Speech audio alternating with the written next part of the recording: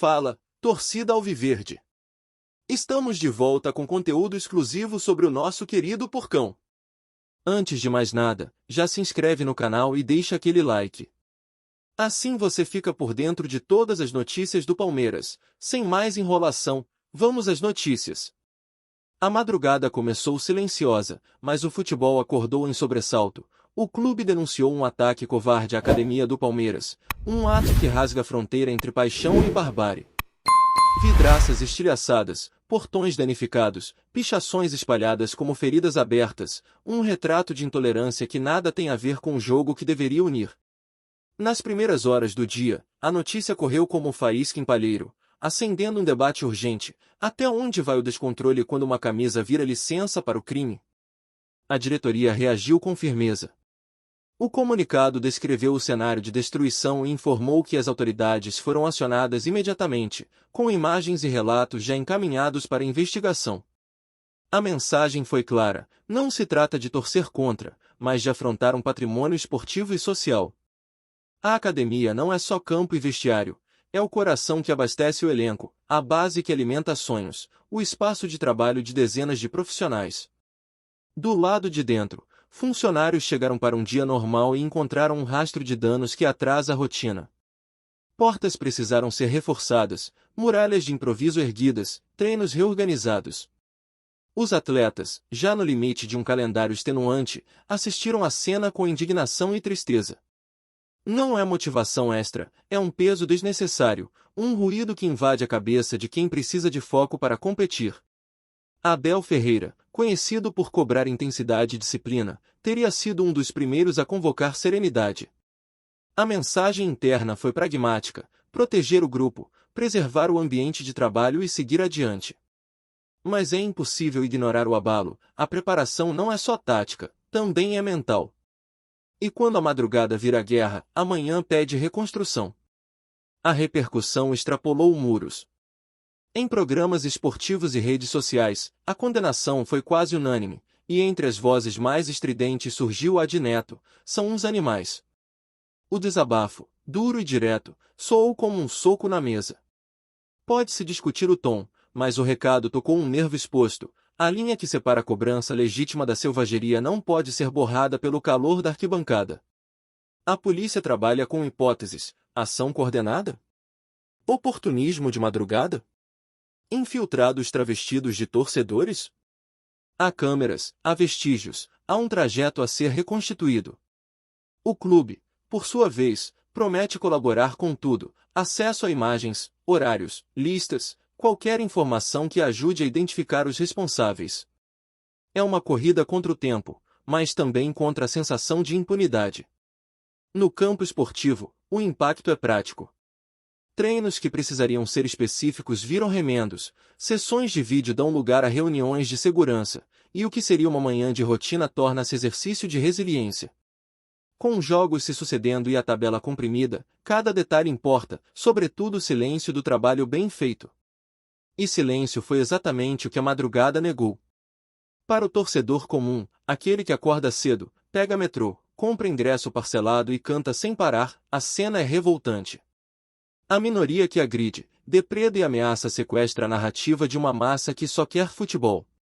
Na prática, todos perdem. O clube gasta com concertos, a cidade convive com mais um episódio de violência, e o esporte dá um passo para trás na construção de um ambiente civilizado. Há um custo simbólico que linhas de orçamento não capturam. A academia é repositório de memórias, de títulos, de talentos lapidados. É onde a camisa ganha sentido antes de entrar em campo. Atacá-la é mirar no que o clube representa: um projeto, uma escola, uma identidade. O recado dos vândalos não é cobrança, é negação de valores básicos de coexistência. Neto, com sua frase que repercutiu por todos os lados, exprimiu a exaustão de quem assiste a esse roteiro se repetir. Já vimos ônibus apedrejado, jogador encurralado em aeroporto, treino invadido. O que mais precisa acontecer para que todos digam basta? O debate não passa por calar as críticas, mas por desenhar fronteiras invioláveis: pessoas, instalações, processos de trabalho. Futebol é tensão competitiva, não campo livre para a barbárie. O clube, em resposta, planeja reforço imediato de segurança, protocolos ajustados, perímetro ampliado, presença ostensiva em janelas sensíveis do dia. Também se fala em ações educativas com torcidas e campanhas públicas que devolvam a palavra pertencimento ao seu significado original, cuidar do que é nosso. Se paixão sem responsabilidade é combustão, paixão com responsabilidade é legado. Em paralelo, lideranças do elenco estudam um gesto conjunto, falar ao torcedor, pedir união, reafirmar a rota do desempenho. Sem transformar vítima em protagonista de vitimização, a ideia é simples: lembrar que o time, independentemente de altos e baixos, precisa de ambiente minimamente estável para render. Não se pede aplauso eterno, pede-se civilidade contínua. No horizonte competitivo, a equipe segue sua trilha na temporada, brigando por objetivos domésticos e continentais conforme o calendário impõe. O ataque não muda a ambição, mas exige um tipo diferente de coragem, a de não deixar que o barulho externo invada o vestiário. Jogar bola volta a ser, paradoxalmente, o melhor antídoto. Resultado organiza narrativa, desempenho restabelece ordem. A responsabilidade institucional também entra em campo. Clubes, federações, Ministério Público e forças de segurança têm instrumentos para punir e prevenir. Bane-se quem precisa ser banido, pune-se quem precisa ser punido, e educa-se quem ainda pode ser educado. O torcedor que ama o jogo entenderá que proteger o espaço do trabalho é proteger a própria alegria de torcer. No fim, fica uma imagem incômoda: a madrugada que deveria ser tempo de descanso virou palco de covardia. Mas fica também uma oportunidade incontornável: transformar indignação em política pública, em cultura de arquibancada, em postura diária. A frase de Neto ecoa não para inflamar, e sim para marcar um limite. Que ela sirva de ponto final para a selvageria e de ponto de partida para um futebol que não precise se defender do próprio torcedor. A indignação virou agenda de dia inteiro no clube. Depois do susto, a diretoria alinhavou uma sequência de medidas para que a academia volte a respirar normalidade: perímetro vigiado, reforço de iluminação, cadastro ampliado de visitantes e um fluxo rígido para o entorno em horários críticos. Não é reação mediática, é resposta operacional. O recado interno foi direto: a base do alto rendimento é rotina sem interferência, e rotina se protege com método, gente e tecnologia. Ao lado da logística, há o cuidado simbólico: recolocar placas, limpar muros, restaurar o que foi ferido para que a primeira imagem do dia seguinte não seja a de escombros, mas a de continuidade. O vestiário, que costuma ser laboratório de estratégia, virou sala de reconstrução emocional. Psicologia esportiva esteve presente não para discursos motivacionais, e sim para a higiene mental que todo profissional precisa quando o ambiente é invadido por ruído. Atletas experientes conversaram com os mais jovens, lembrando que cenários hostis não definem a temporada, definem apenas a resposta que se escolhe dar a eles. Se a palavra de ordem do treinador é controle, o grupo vestiu o conceito da porta para dentro: treinar forte, falar pouco, filtrar o barulho e devolver em campo a serenidade que a madrugada tentou roubar. A fala contundente de Neto seguiu reverberando pelos corredores do futebol. A dureza do termo escancarou, sem eufemismos, a revolta com a covardia de atacar infraestrutura e pessoas que nada têm a ver com debates de desempenho. Dito isso, entre dirigentes e profissionais, a ênfase foi em transformar a ira coletiva em ação civilizatória, delimitar o que é crítica, o que é pressão de arquibancada e o que é crime tipificado. O futebol tolera o atrito do jogo, não tolera a depredação do trabalho alheio. É um limite simples e inegociável. No conselho interno, ficou claro que a proteção da academia é também proteção da ideia de clube. Aquele espaço é o laboratório onde a metodologia de Abel Ferreira foi decantando: treino específico, alternância de cargas, análise de microtáticas, leitura de contexto. Sem ambiente, não há execução; sem execução, a camisa fica pesada sem oferecer ferramentas para carregá-la. Por isso, a resposta organizacional não ocorre em paralelo ao futebol, ela é condição para que o futebol exista com qualidade. Do lado de fora, patrocinadores e parceiros buscaram relatórios. Não por oportunismo, mas por governança: quem investe precisa entender riscos e contramedidas. O clube prometeu relatórios técnicos, cronogramas de reparo e indicadores de segurança atualizados.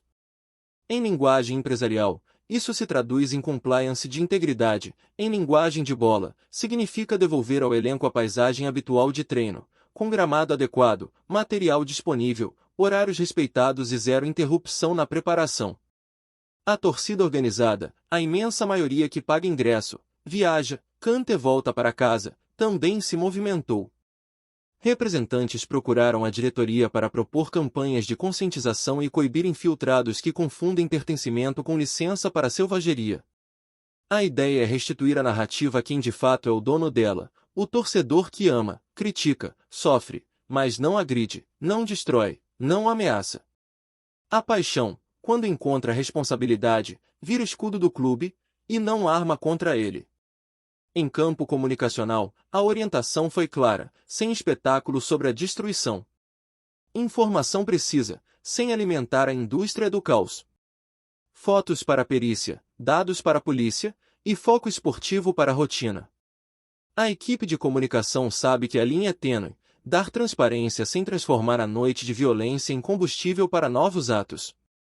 A palavra segura, nesses casos, não é frieza, é maturidade. Quem já venceu sob pressão sabe que o triunfo mais valioso é calar a confusão com organização. A comissão técnica, fiel à cartilha de processos, repactuou a semana de treinos sem perder carga nem variar a matriz tática planejada. Se algum exercício precisou ser remanejado, os objetivos fisiológicos foram preservados. O que não dá é permitir que a pauta do agressor dite os microciclos do clube. Esse detalhe, invisível para quem olha só o resultado do domingo, é o que separa estruturas robustas de estruturas improvisadas, a capacidade de absorver choques e manter a identidade do trabalho.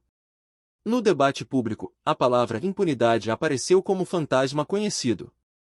A diferença, desta vez, é a decisão de firmar compromissos escritos com autoridades e entidades esportivas, identificação, responsabilização, banimento administrativo e eventuais perdas de benefícios para quem ultrapassar a linha.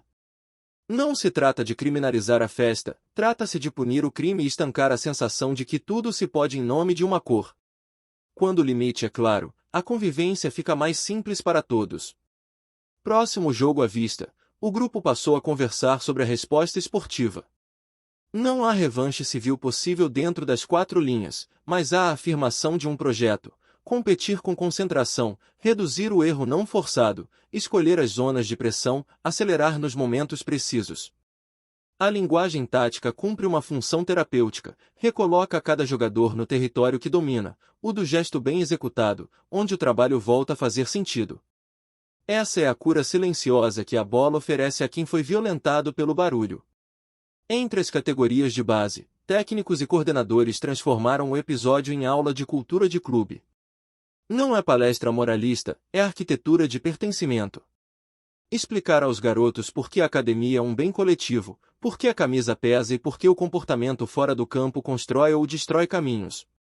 O que aconteceu na madrugada vira, assim, parte de uma vacina pedagógica, anticorpos de cidadania para que as próximas gerações rejeitem a retórica do vale tudo. No entorno do estádio, comerciantes que vivem o dia do jogo também sofreram com o susto. Para eles, o clube articulou com a prefeitura um mapa de fiscalização no pré- e pós-partida, evitando concentrações em pontos críticos e garantindo circulação segura. Futebol é ecossistema, e ecossistema saudável não se constrói só com o chi titular, depende de funcionários, vizinhos, ambulantes, agentes públicos. Quando todos se sentem protegidos, a cidade ganha um espetáculo sustentável. A fala de Neto, pontiaguda e incômoda, acaba funcionando como marcadores de campo. Dali para lá, não passamos. O que não pode é a contundência virar combustível para nova escalada verbal. Cabe a quem tem microfone calibrar o tom para que a repulsa ao crime não resvale para a demonização do torcer. É possível repudiar com veemência a barbárie, ao mesmo tempo, reconhecer a grandeza da massa que sustenta o clube no dia a dia. Equilíbrio, aqui, não é tibieza, é inteligência pública. Nos gabinetes, o jurídico mapeou instrumentos para a responsabilização civil e criminal. A parceria com autoridades prevê preservação de provas, cadeia de custódia das imagens, identificação por biometria e cooperação com operadoras quando cabível. Não é bravata de coletiva, é caderno de procedimentos. O futebol brasileiro amadurece quando troca o improviso por protocolo, a indignação difusa por atos concretos que chegam até o fim, com sentença, multa, restrição e, acima de tudo, aprendizado institucional. Ao cair da tarde, a academia já parecia outra vez ela mesma. Gramado aparado, marcações refeitas, equipamentos no lugar, portões funcionando. Há cicatrizes que apenas o tempo fecha, mas há também a força de um organismo que se recusa a ser definido pela violência que sofreu. Se o ataque buscava desestabilizar, a resposta buscou reorganizar. E, no fim, é isso que sustenta um clube grande, a capacidade de transformar crise em coesão, dor em método, raiva em disciplina competitiva. Olá, torcedor alviverde, antes de continuarmos, já te convidamos para se inscrever no canal Porcão Alviverde News e deixar seu like, assim você fica por dentro de todas as novidades do Palmeiras de forma exclusiva. Bora continuar! A manhã seguinte trouxe mais do que sol, trouxe o compromisso de não permitir que a barbárie dite a rotina do futebol. A imagem das paredes limpas, do gramado cuidado e do portão novamente aberto tem valor maior do que a própria reparação material, é o símbolo de que a academia permanece de pé, não por teimosia, mas por convicção. Quem tentou ferir o clube descobriu que há um organismo muito mais amplo e resiliente por trás de concreto e vidro, funcionários, atletas, comissão técnica e milhões de torcedores que entendem que paixão se prova construindo, não destruindo. Se há uma fronteira a ser desenhada, ela está clara: cobrança é parte do jogo, violência é crime. Nenhuma sequência de resultados justifica que o ambiente de trabalho seja atacado ou que profissionais sejam intimidados. O futebol precisa de brio, não de bravata, precisa de pressão esportiva, não de pancada fora de hora. A resposta civilizada é a única que produz legado, porque organiza processos, qualifica o entorno e protege quem realmente importa, as pessoas.